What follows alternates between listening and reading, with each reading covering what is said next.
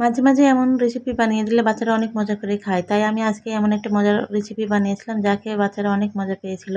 আসসালামু আলাইকুম বন্ধুরা, কেমন আছেন? আশা করি সবাই অনেক বেশি ভালো আছেন। আমিও ভালো আছি আলহামদুলিল্লাহ। আজকে বানিয়েছিলাম আমি তালের বড়া, যেটা আপনারা ভিডিওর প্রথমে দেখেই বুঝতে পেরেছেন হয়তো। অনেক এলাকায় অনেকে এটাকে কী বলে জানি না, কিন্তু আমাদের এলাকায় এটাকে তালের বড়া। তাল দিয়ে বানানো হয়, তাই হয়তোবা এটার নাম তাল বড়া বলে থাকে। আমি এই তাল বড়ার জন্য কী করেছিলাম, কীভাবে বানিয়েছিলাম সেই প্রসেসিংটা আপনাকে দেখাচ্ছি চলুন। তো প্রথমে আমি তাল বড়া বানানোর জন্য একটা বলে চালের আটা 2 বাটি আর 1 বাটি হচ্ছে আপনার ময়দার আটা। এখানে ময়দার আটা অ্যাড করেছি যাতে চালের আটাটা নরম হয় আর বড়াটা খেতে নরম লাগে। অনেকক্ষণ এটা নরম হয়ে থাকে, শক্ত হলে কিন্তু এটা ভালো হয় না, ফুলকোও হয় না।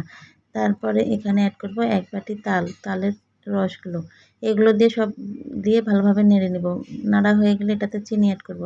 চিনিগুলো দিয়ে আস্তে আস্তে নাড়তে হবে। অল্প অল্প পানি দিতে হবে আর ভালোভাবে নাড়তে হবে। আটাটা যত ভালোভাবে নাড়া হবে তত এটা ভালো হবে। আটাটা যদি না ভালো হয় নাড়া, তাহলে এটার বড়া কখনোই ভালো হবে না। বড়া নরম আর ফুলকো বেশিক্ষণ ভালো রাখার জন্য অবশ্যই এখানে ময়দা অ্যাড করতে হবে। ময়দাটা অনেক জরুরি। এই পরিমাপটা যদি কেউ না বুঝতে পারেন তাহলে বাটির পরিবর্তে কাপ ব্যবহার করবেন। আমার কাছে কাপ যেহেতু নাই, আমার হাতের কাছে বাটি ছিল, তাই আমি আটার পরিমাণ এবং তালের পরিমাণ বাটি দিয়েই পরিমাপ করে নিয়েছি। এবং সবগুলো যদি পরিমাপ হয় তাহলে সুন্দর একটা ব্যাটার তৈরি হবে। চিনি আপনাদের পরিমাণ মতো দিবেন। আপনারা যে যেমন মিষ্টি খাবেন সেমন দিবেন। আমি 1 বাটি পরিমাণ চিনি দিয়েছিলাম। তাতে আমার হয়ে গেছে মাশাআল্লাহ। সবগুলো মিশিয়ে সুন্দরভাবে নাড়াচাড়া করতে করতে দেখবেন এরকম একটা আঠালো ডো তৈরি হয়ে যাবে। ডোটা যখন আটকে যাবে ওটা পারফেক্ট হয়নি। যখন ডোটা সুন্দরভাবে পড়ে যাবে তাহলে দেখবেন যে এটা সুন্দরভাবে হয়ে গেছে। যখন পারফেক্ট হয়ে যাবে তখন এটা হাত দিয়ে চাটবেন, দেখবেন সুন্দর হয়ে পড়ে যাচ্ছে। এটাই হচ্ছে পারফেক্ট ডো তৈরি করার নিয়ম।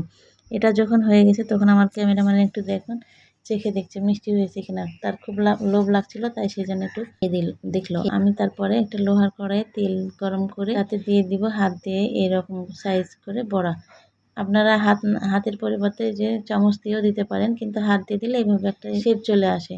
এই যে হাঁসের মতো সুন্দর হয়, ফুলের মতো হয়, এগুলো দেখে খুব এনজয় করে আমার ছেলেরা। এভাবে হাত দিয়ে আস্তে আস্তে দিয়ে আস্তে আস্তে জাল দিয়ে সুন্দরভাবে লাল লাল করে ভেজে নিব। এখানে দেখতে হবে যেন আটা না থাকে ভিতরে। আমার মাশাআল্লাহ অনেক সুন্দর হয়েছিল, একটু আটা হয়নি। অনেকদিন পর বানিয়েছি, তারপরে অনেক সুন্দর হয়েছে। মাশাআল্লাহ বড়াগুলো দেখতে যেমন সুন্দর হয়েছিল, খেতেও তেমন সুস্বাদু হয়েছিল। অনেক সুন্দর আর অনেক টেস্টি হয়েছিল। প্রথমে 4টি বানিয়ে টেস্ট করলাম, দেখলাম একটু আটা নেই। তারপরে এইভাবে সাইজ করে তাড়াতাড়ি করে সুন্দর করে আস্তে আস্তে জাল দিয়ে সবগুলো বড়া আমি আস্তে ধীরে সুন্দরভাবে ভেজে নিব।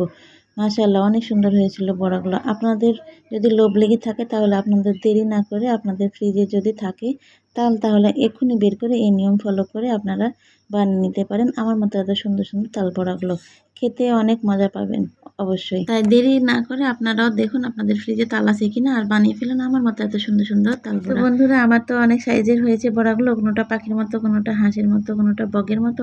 তো কথা হবে অন্য কোনো ভিডিওতে অন্য কোনো বিষয় নেই। সে পর্যন্ত ভালো থাকবেন সবাই। আল্লাহ হাফেজ।